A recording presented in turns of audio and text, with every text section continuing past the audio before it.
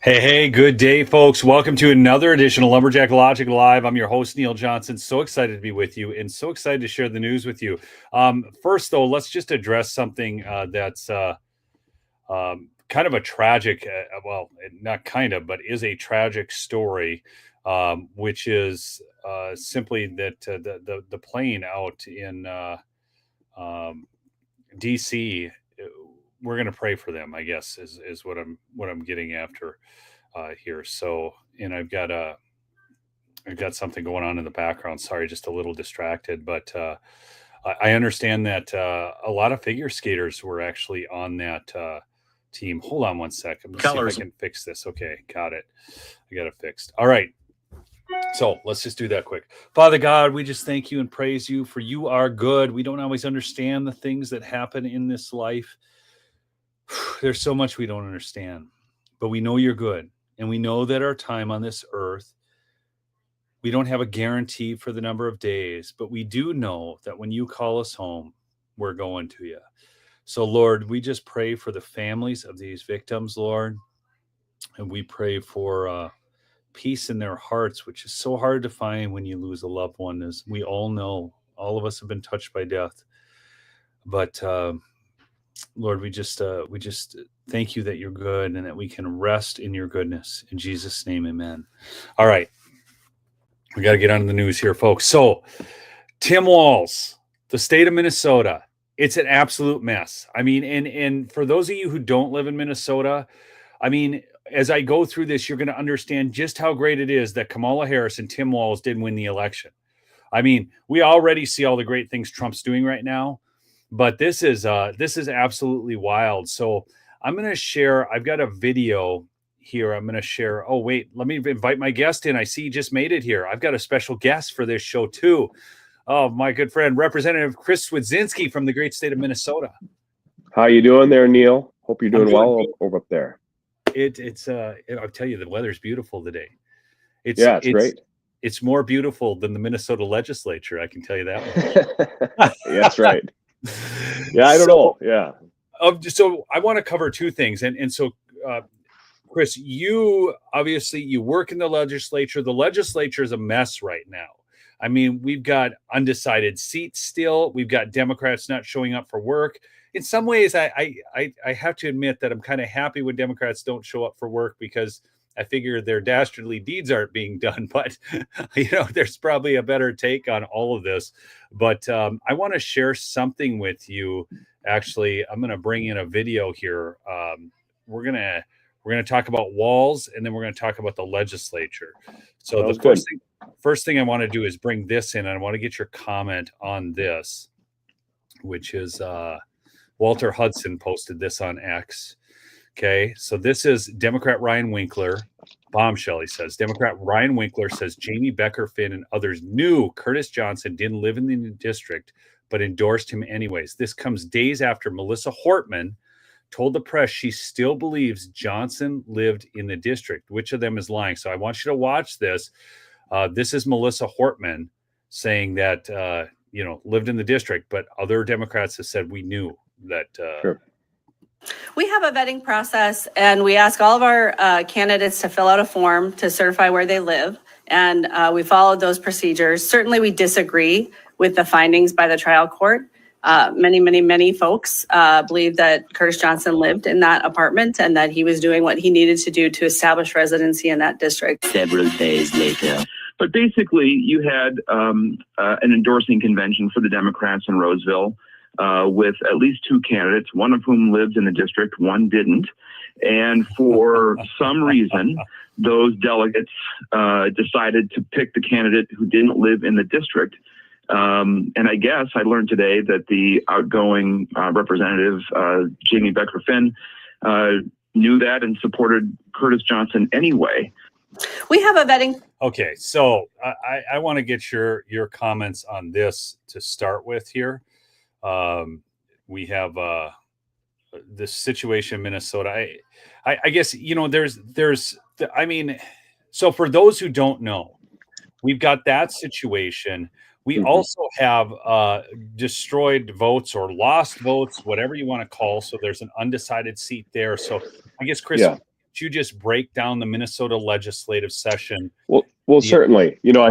I would say when you have two Democrat leaders each kind of disagreeing with themselves, that's what you would call a Scooby-Doo would be quoted as saying a rut row moment in Minnesota politics. And the reality is, I think it was pretty well known by a lot of folks that this guy was not who he says he was as far as where he lived. As far as Minority Leader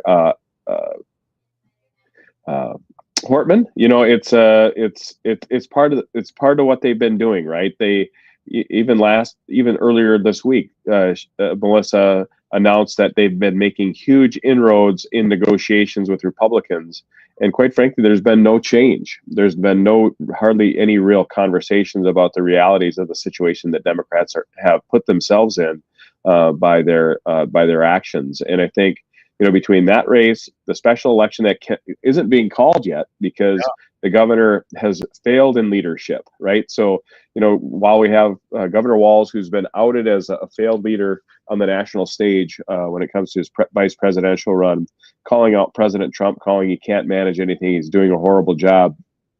Meanwhile, we have hundreds of millions of dollars in fraud, $500 million in fraudulent activities that the FBI contacted our department saying, hey, this is going on, and yet they continue it. And they continue it today with a lot of those groups. And then you have elections that are fraudulent, they're not going on. You have, I think in one district, the district that is, where the Democrat is up 14 votes, we discovered through our process that over 21 ballots were thrown out. So 20 in one precinct and one ballot in another were thrown out. We have judges that are complicit in this action. We have a state 14, right?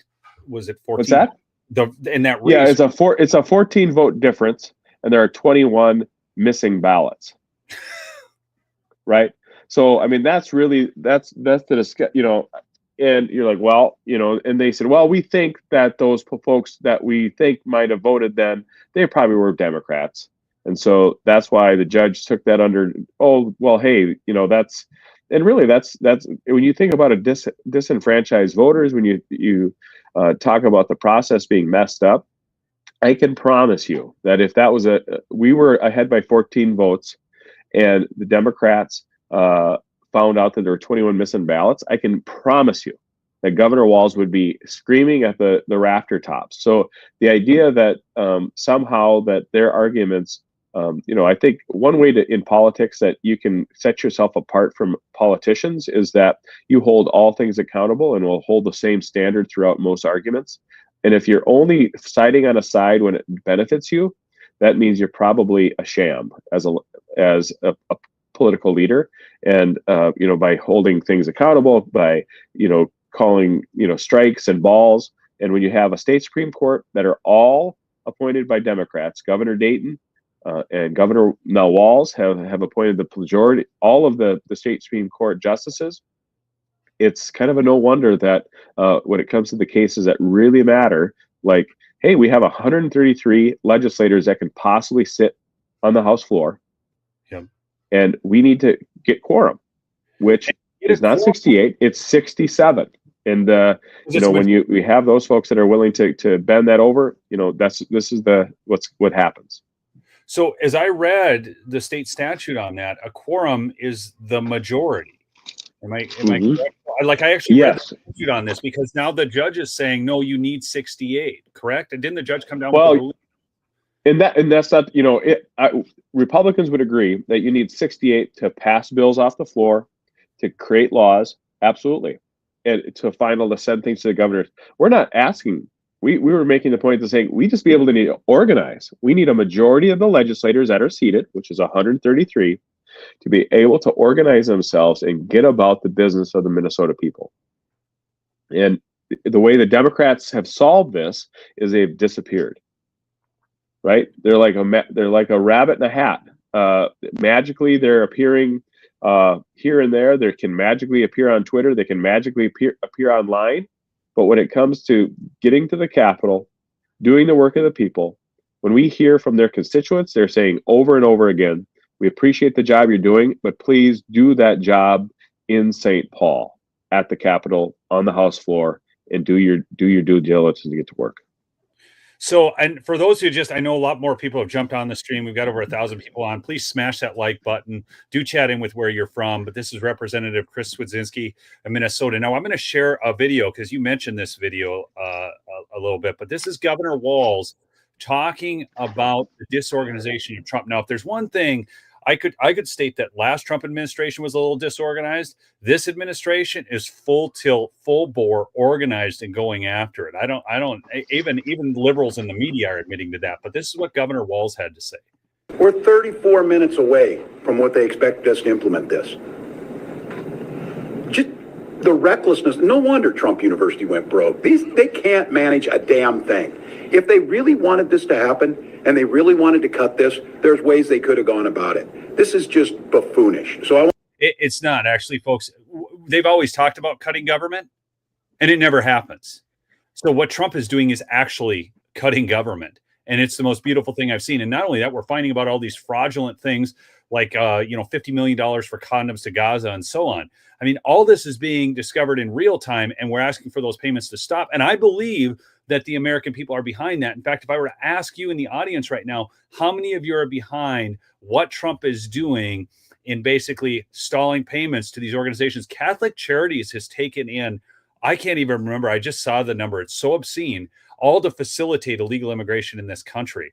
So, I mean, Governor Walz is just going on his little, what do I want to call this, method acting. Here we go. We'll let him finish out. I want to be clear. We're trying our best because we follow the law, and think about what it did to these employees. The commissioner is operating under the assumption that we need to do this at 4 p.m. and we're trying to do that. So it's just, I hope Minnesotans understand, even if you're supportive of all of this, even if you don't care what happens to those kids downstairs, this is like the least effective, legal, and decent way to go about it. Okay, now that's interesting because he's talking about the kids downstairs. Now, Chris, maybe you want to enlighten people. I've got some news clips on this too. But what were all the fraud issues that took place in Minnesota regarding? Was it, I thought it was children. Well, it was feeding our starving children, which claimed to be feeding tens and 5,000 and 10,000 people a day in a park, where when the investigators from FBI showed up, there was nothing going on. Yet the state government, against the wishes of the FBI, was continuing under Governor Walz's leadership to spend hundreds of millions of dollars on quote unquote meals to help kids, and they weren't doing their job. So if your goal is foundationally to help people, it's to help people. Governor Walz did a great job of helping his friends. He ensured that the money continued to flow out of state government into the pockets of those who support him and the exact same people that aren't showing up to the Capitol to do their job. I mean, by them not showing up, we have a fraud committee that, under the leadership of Lisa Adamuth, our speaker, has appointed a great chair who's going to look into, subpoena, and get the people before the committee to hold them accountable for the illegal activities that this Governor Walz, has committed. And so at some point, we kind of call it like a mandatory reporter. So if if a child is being abused by their parents, a child is being abused by their teacher or their caretaker, there are people that their job is that if they hear about it, they know about it, they need to report it. And these children, whether they were fictitious or not, that they were being, led to believe they were being fed by these organizations to the tune of hundreds of millions of dollars, aren't being fed by these organizations. That's abuse. And when Governor Walz heard about it, did he report it? No. The only thing he worried about, President Trump right now is trying to clean up government with a broom and a stick. Governor Walz's only thing he did with that broom and stick and dustpan is try to sweep these disgusting government behaviors underneath the rug and forget about them, because it's his friends, it's his supporters, it's the people that work for him, and they're trying to cover it up by not allowing these committees to work, not holding Democrats accountable and saying, you know what, go to the Capitol and do your job. And so they're using a diversionary tactic, focus on the federal government, saying what a crummy job Trump's doing. And quite frankly, Walz hasn't been able to keep his... Yeah, in order. and I'm going to actually show something on that. I've got two things. So now, Governor Walz is going to get all tough, and he's going to crack down on fraud with new investigative units, right? And Yeah. but that's not the case. The politicians always do this kind of nonsense. I want you just to listen to just a little bit of this Fox 9 report. Because you're talking about the feeding the children, but then there was also the daycare. I guess. The daycare fraud, the rest. Yeah. I was at the Capitol with how this plan will work. Good morning. Good morning, Kelly and Tom. In fact, later today, state leaders will lay out details for how it plans to avoid a repeat of the kind of systemic fraud that cost Minnesota taxpayers hundreds of millions of dollars. The governor's office says Governor Walz will be signing an executive order today to create a centralized state fraud investigations unit. Now, the office will be operated by the Bureau of Criminal Apprehension, and it will be dedicated to investigating fraud and other financial crimes. Now, the governor will also be introducing a new legislative package. It would actually use AI to enhance fraud detection and create tighter controls on spending. Now, all this comes as federal officials investigate alleged fraud involving some autism centers in Minnesota. Last month, the FBI conducted raids at 2 locations. They're accused of taking a combined $20 million by billing Medicaid for services that were never provided. Minnesota made national headlines for the Feeding Our Future scandal, the largest COVID fraud scheme in the country, taking $250 million meant to feed children during the pandemic. Several suspects have already been convicted. Others are still awaiting trial. And back in 2019, when Governor Walz took office, Fox 9 uncovered concerns about up to $100 million in fraud, this time involving child care assistance programs. The investigation could only confirm as much as $6 million was actually stolen. So what's interesting about this, I mean, the totals I'm getting on all of this is over $500 million. Yeah. In fraud that was happened under Walz. And again, I want you to remind you that he just said that the Trump administration, and they're just completely disorganized. They can't run anything. And now I noticed too in this, he wants this all under the Bureau of Criminal Apprehension, which is an executive agency, which he would have purview over. Okay. So again, I mean, obviously somebody has to enforce it, but he would be very reticent, I'm sure, to have the Republicans do an open investigation into this fraud in a House committee. Am I right? Oh, absolutely. And that's really the scary thing of all this is what on earth are we doing?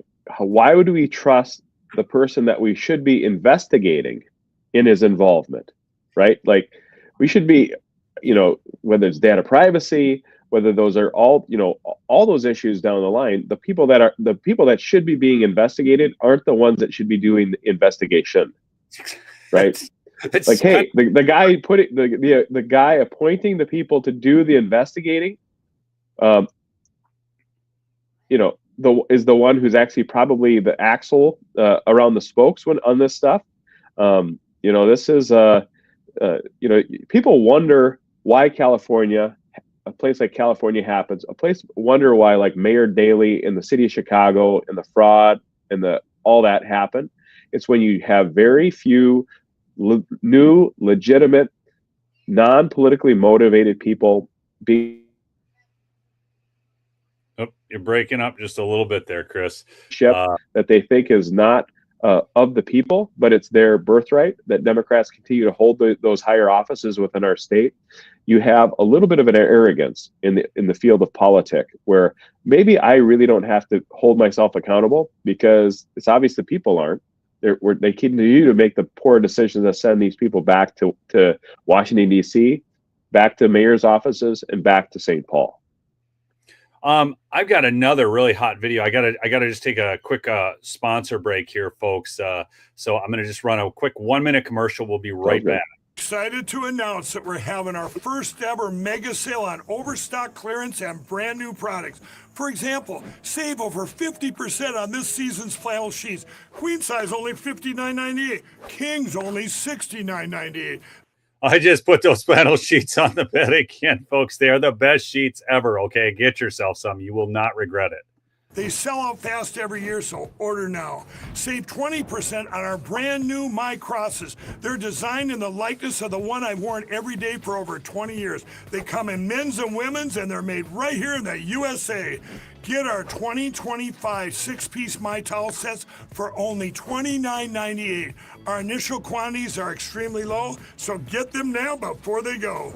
And our best-selling standard My Pillows, just $14.98. So go to mypillow.com or call the number on your screen. Use this promo code to take advantage of our first ever mega sale. But wait, remember that $75 free shipping rule? Well, that ship is sailed because right now, every order ships absolutely free. And folks, I will tell you that the deals on the Lumberjack page are actually better than some of the deals he's got in the mega sale. Like the cross is 30% off and so on. I believe we've got a better deal on the sheets. So again, we get special deals because of you, my audience that buys so much from Mike Lindell. We're always consistently in the top 5 audiences in the country. So thank you for that. I want to talk briefly too. Elon Musk is apparently talking about suing Governor Walz, and he's talking about suing him for this. Because I don't know if you've heard about this, but I'm going to just play this video as well. Mm-hmm. I think this is speaking up. It's thinking about your neighbors. It's writing and putting those members of Congress. Look, there is no spine amongst those folks, but this is real. This is, they're talking about defunding the police, things that they, puff their chests up and say they're good with, making the case. And I would let, to the voters, I'm with this too. Everybody's fatigued. Trust me, I get it. It was pure hell, and the disappointment and the frustration. And I'm, soul searching. What could we have done to make the case? Because we knew this was coming. We knew that the implications, and they're throwing so much at us that we're fatigued. We spent 3 days, having them trying to debate that President Musk gave a Nazi salute. Of course he did. But that is a distraction from what I think you said it. This is game on stuff right here. And I am worried with these federal employees because they're in a tough spot. That some of these folks, especially those that are doing good work around environmental concerns, around justice for people, around, criminal justice reform, all of the things that. So he's literally accused Elon Musk of doing a Nazi salute. He talks about how we're fatigued. Actually, we were fatigued with the Biden administration. That's where the fatigue was, and that's where the fatigue was for the American people. And you can see that simply because of how the election turned out. And that's in spite of everything that we have to deal with, like we're dealing with right now in Minnesota in terms of election fraud. And I want to just say, if that's a Nazi salute, is this one? Is this one? Is this one? Is this one? I could go on. There's so many examples of this, people. But this, again, we're talking about a governor. 62 child care centers under investigation, 56 cases of child endangerment. Some centers had 0 kids enrolled and got millions. Okay. That's the government of Tim Walz. That's what he has provided. Okay, so this is, in fact, state government programs after scandals questioned their oversight. We got complaints about the child care assistance program and took a closer look at some of the daycare centers receiving millions of your taxpayer dollars. And we found reports of violations state investigators called a threat to the safety of children at centers that continued to receive those federal dollars. Jay Cole spent months looking into these issues, and he joins us now with what he's found in a story you're seeing first on 5. Jay. Yeah, Lindsay, CCAP is a $34 million state program that receives federal funding. It benefits more than 12,000 low-income families each month across. And again, I want to make the point that we've heard all over the media. Governor Walz said it, there had to be another way. I mean, really, we're just supposed to keep giving this money? There's been no oversight of all this money going out the door for how long? And just wait till you see. This is just wild. Watch. I'm not going to play this whole thing, but watch this. Across the entire state. Learning of growing concerns about the program from sources at the Capitol, I started looking into some of the daycares receiving the most money. Despite many serious safety violations over multiple years, they continue to receive funding. And now some state lawmakers want an investigation into what they call a lack of oversight of the CCAP program. I started by visiting Quality Learning Center Daycare. So it is that 14B, which sits right in the heart of downtown Minneapolis. Between 2019 and 2023, the Minnesota Department of Human Services found 95 violations at this location. They range from failure to keep hazardous items away from children to no records for 16 children, which include things like immunizations, emergency contacts, and medical needs. So state investigators placed Quality Learning Center on a conditional license in 2022. I went to the daycare's location several times and only Lindsay CCAP is emergency contact. That door? I mean, would you want your kids going to this place? It's like got children all over it. Okay. And so now he's going to ask this question. I hit the wrong button here. It kind of, but here, like, would you want your kid? Several times and only once did I see people there. Oh, that's your daycare. But I did not see any children. So there are 80 kids in there? No. After school? Okay, gotcha. All right, thank you. DHS declined an interview, but in a statement. And DHS declines an interview. I can't believe it. I can't. This is unreal. Acknowledged Quality Learning Center was put on a conditional license because of its poor safety record. But it still received nearly $8 million in taxpayers' money since 2019. Its conditional status removed in 2024. I also went to yet another facility, the Mnnesota Child Care Center in this South Minneapolis building. I found it at the end of this small hallway with a steel door, no windows, and no visible security cameras. That's the sign for the place.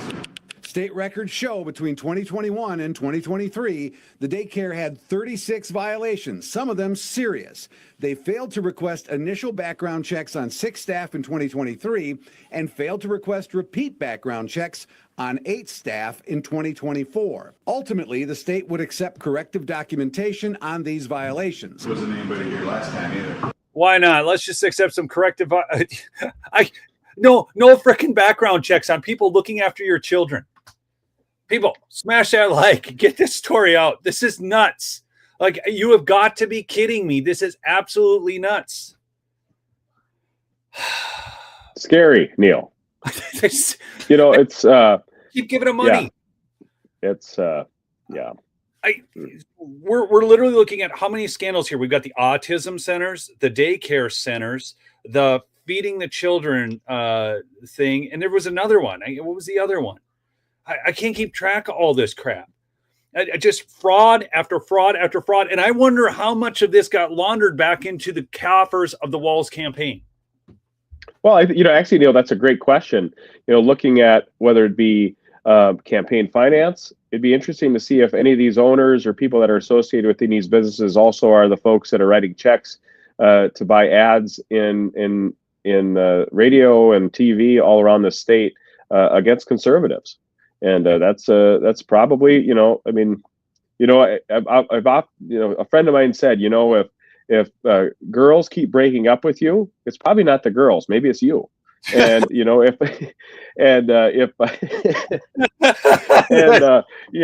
Governor Walz, if your friends are continuing to commit fraud in the state of Minnesota, maybe it's not your friends, Governor Walz, maybe it's you. And I think. Yeah. So I look at what we send to the highest offices in the state of Minnesota, from our senators, our governor, you name it. I watched some of Tina Smith in the Robert F. Kennedy Jr. Yesterday. Absolutely, she did terrible. And then she just tried to shut him down because he was dropping truth bombs. She's crying today in the Kash Patel hearings. I just saw a comment on that. She's crying about Kash Patel. Where is it? Somebody's watching back and forth between the hearings, obviously. But we, for far too long, everything's too deeply embedded in this government. So like you were saying, we need people from outside of the government coming in and shaking things up, which is what we're getting with the Trump administration, which is why Pete Hegseth was such a great pick, and why they were freaking out about him so bad. I'm going to show you something else, and we're going to, let's see, I'm going to go to this one. Oh, I don't have the right one up. Let me see. I don't have it. Okay, here we go. We're going to kind of go to another Tim Walz thing back in time that will really kind of encapsulate the lunacy of this guy. Here we go. Okay, so this is on Jesse Waters. And these are some of the calls to the COVID hotline. So Tim Walz set up a snitch line in the state. Now, I want you to think about this because we've just been covering all this fraud that's happened under his administration, under his 3-letter agencies here in the state of Minnesota. But what was he focused on while we were losing hundreds of millions of dollars to this? Check this out. Never seen before, come to that house and hug someone outside before heading inside for a few minutes and then leave. A hug. Should have called 911. Someone else reported a church. One parish was giving communion in the parking lot, inspiring someone to write, "Nothing in the Bible says they should risk their lives and the lives of others just to receive an offering." Hundreds of others just sent in pictures of children playing outside without masks. Super spreader event. Here's another one. And if you thought the emails were bad, get ready for the voicemails. One woman called in to report people jogging without masks. I rode my bike. I was not wearing a mask. Past groups of people jogging from CrossFit. There were groups of 4 and 5. They weren't wearing masks. They were not. Oh my! I wasn't wearing a They're mask. being healthy. Terrorists. This is terrorists. This is nuts. When I was trying to stay away from people. No businesses were safe either. My concern is about a grocery store in Mankato.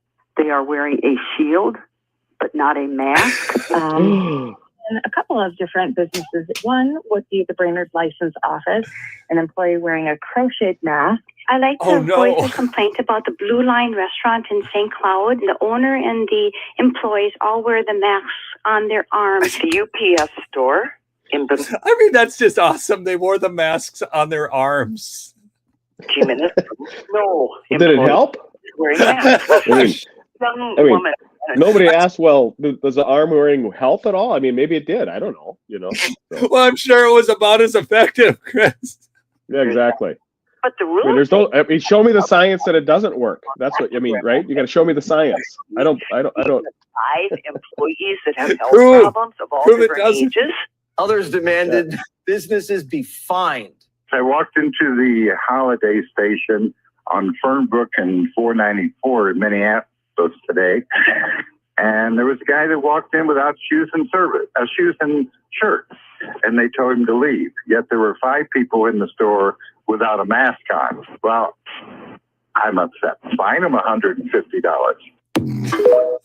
So it's this guy's. This is what you're dealing with in the liberal mindset, folks. Yeah, I mean, you just need to understand this is how much. I would like to know, Chris. This would be really interesting, and you guys could probably get the numbers on this out of the house. How much was spent on the snitch line and going through all those calls and everything? Well, if it's like any other government office you've ever called, I usually don't get a good call back. So probably those messages are still sitting there. No one's ever answered them. So I don't know. I mean, my guess is, we're talking. If you look at the utter little trillions of dollars that came out of the federal government, out of state governments across this country, that were wasted and squandered on chasing churches, going after grandmas, keeping families away from their dying relative in a hospital. I mean, that's the sad story. When you look back and you walk through, cemeteries and you look at, how many of these people had to die alone? Yeah. To keep this going, right? And that's really the untold story. Not just the government waste, just not the lack of accountability, not the fraud, but at the end of the day, how many families were irreparably harmed by being separated from the ones that we love? And, and that really should, when we talk about the Federalist Papers, we talk about how this country was developed. And, if the government is strong enough to feed you, house you, buy you a cell phone, pay for your daycare, paid for your daycare fraudulently, then you have a government exceptionally too powerful. If you're a politician and your goal is to ensure that you're getting invited to receptions and dinners and fancy junkets, that's the problem, right? We have way too many people interested in how do I serve myself whether you're Nancy Pelosi and don't have the investment rules that apply to all of us when it comes to insider trading, or to us, if we did the same thing, we'd be rotting in jail, right? And so if you're an individual fraudulently putting millions of dollars, if you're lying about who's working for you, not doing the background checks, any of us, if we were just average Joe, we would be sitting in a jail cell someplace. And that's the scary part. And you have a government strong enough to feed you, it can also take it away. And that's why we need to empower families, put businesses back in control of their own business decisions and how they're going to operate, and get government out of the way. And that's scary. Yeah. We have got to get government. We have to give them less influence in our lives. And I read an article yesterday, and it was out of the Washington Post. So you can imagine it was just far lefty stuff. But he was talking about how Trump was upending all these norms, and these career civil servants who know so much are now being forced out of the government, and how much harm that's going to do. I would actually state that more harm is being done by these people who have been in the government forever and just view us as the piggy bank.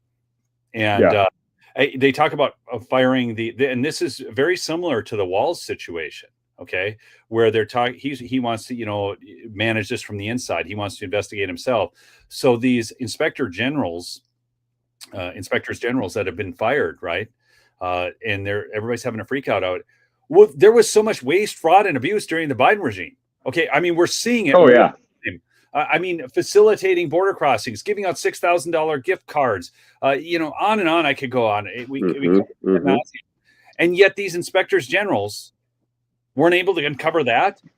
So now we're supposed to worry that they're the independent voice that isn't going to out the waste, fraud, and abuse in the Trump administration. They had the last 4 years with untold trillions of dollars of waste, fraud, and abuse. I mean, the Pentagon can't even balance its budget. It's off by hundreds of billions of dollars. In fact, it might even be trillions of dollars. Pete Hegseth said they're going to audit that. I mean, these are the types of things we need to see happen right now. And cutting $2 trillion out of the federal government would actually only bring it back to pre-COVID spending levels. And so it's like low-hanging fruit. When our government taxes us for the home we own, who owns the home? Yeah. If you don't make your payment, someone else is going to own it. To the government, right? And that's really the scary part, right, Neil? Like, I think it was Margaret Thatcher that said, these are decades ago, she said, the problem with socialism is that sooner or later you run out of other people's money, right? And the problem with social programs, the problem with anything that the federal government in Washington, D.C. touches is that sooner or later you've run out of other people's money. And we have, right? When you have 36 or 32 trillion dollars of national debt on the books, that's socialists running out of money. Yes. When you have made promises across the board to Americans, federal program, whatever that might be, to the tune of $250 trillion of unfunded liabilities. So that's the future debt that we can expect to keep piling on the current U.S. national debt. $275,000 per person is what that debt leads to. Folks, I don't have an extra house that I can sell that I can go and pay my national debt. So, you need to circle your own wagons as a family. When you're creating your budget as a family, don't spend more than you make and be responsible. That's what I expect out of the people in my family, the people that I hang out with. And that's what you should be all expecting out of the politicians you send to Washington, D.C. Governor Walz tried to run for vice president, right? Governor Walz grew up and was raised in Nebraska. He moved to Minnesota, ran for Congress. He was a U.S. congressman for 12 years, worked out in Washington, D.C. And only in the Democrat Party, when you do a bad job, do they give you a promotion, right? That's it. It's like, hey, you know what I've done? I've done a really crappy job, but I've held the line for DFL politics in the state of Minnesota and nationally in the federal government. You know what? You should be the next vice president of the United States. Oh, that sounds great, right? I mean, You can't run your state. It's fraud all over the place. But hey, we're going to give you a promotion. It reminds me of the education system. The one thing I've consistently railed on about the education system is they give you these piss poor results, and then they say, well, we just need more money and that'll fix it. The problem is the more money has never fixed it. So stop that argument. And, and I think one of the great things that Trump is doing, and I think one of the things that we as conservatives need to be better about, is that concept of flooding the zone. Okay, so right now he is just going so fast, so furious. The Democrats don't even know how to react. Okay, and we need as conservatives to do more of that, and also have real convincing arguments to win the debate, because what we're doing is we're always getting redirected. Oh yeah, totally. And we've got to stop playing defense, go on offense, and stop, allowing them to redirect the debate, but instead put them on defense in the debate. And that's with a whole host of issues. Another show, another time. I just wanted to get this stuff out on Minnesota, Chris, and I know you've got a busy day today. I want to thank you for coming on the show. Absolutely, Neil. It's always a pleasure. Keep up the good work. As I can talk to your folks out there, well, folks, if you are from Minnesota, reach out to a Democrat state rep and say, you know what, it's time for you to go back to work, do your job at the Capitol. Don't worry about what your speaker says. Don't worry about the governor says. Do what's right for your constituents, right? And then also, we need to make sure that we don't send Governor Walz back to Washington, D.C. if he decides to run for something again. We need to send him back to Nebraska, where he grew up, and get him out of Minnesota. And that's foundational. You just reminded me of something that I saw a confession actually by one of the Democrats, and they talked about how, well, if we can just blow off the first part of the legislative session because nothing happens until right to the end. No, what happens in the early part of the legislative session, folks, just so you understand, because I've testified down at the Minnesota legislature and in the Senate testifying during like homeschool bills and this kind of thing. The bottom line is that's when they actually have to hear from the constituents. That's when they actually get the input. So they're right. If they just don't want any input from the constituents, if they just want to ram their crap down our throats, that's right. They only need the last few days. Yeah. Well, you saw that. What do we have? So the last session in Minnesota, when Democrats had the trifecta, they literally had all the power in the entire state. Yes. And it was like a 1,400-page bill that I think we had maybe 20 minutes. I don't believe it was even printed. And I'm not even sure when they started the debate that was even available to look at online. Yep. And if you plant bad seed, expect bad fruit. Yes. If you elect bad leaders, expect bad results. We have a government that's bloated. We need reform from the top to the bottom. And if good people don't get involved, if good people watch from the sidelines, click on too many memes, share many two TikToks, and don't get out there and do the work. Folks, we have a special election that's going to be happening in Roseville, just north of the St. Paul here.